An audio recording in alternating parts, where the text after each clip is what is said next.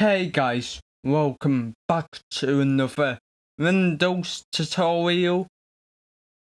In this tutorial, I'm gonna show you how to move up Windows quicker in Windows. Okay, so instead of manually getting the mouse and then just dragging the program onto your other monitor, what you can do is way quicker, and that's the method I'm gonna show you today. Okay, so all you have to do is click the Windows key, the Shift key, and the arrow key. So depending on one monitor,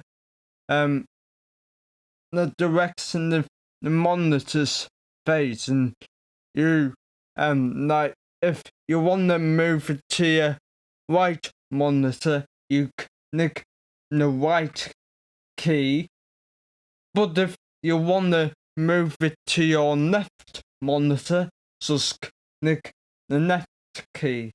So in my case, I'm gonna hit the right key, and that instantly puts it on the other monitor.